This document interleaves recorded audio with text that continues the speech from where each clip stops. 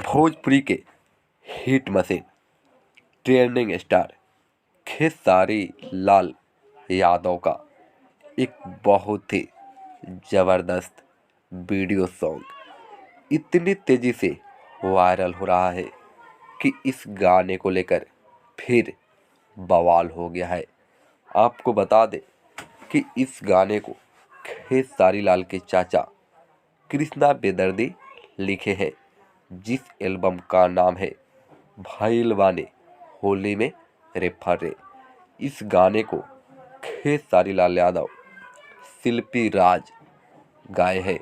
वहीं इस गाने को अंकिता फिल्म्स के यूट्यूब चैनल पर रिलीज किया गया है।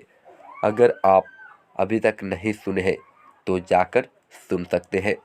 सुन लिए हैं तो कमेंट बॉक्स में बताएं ये वीडियो आपको कैसा लगा।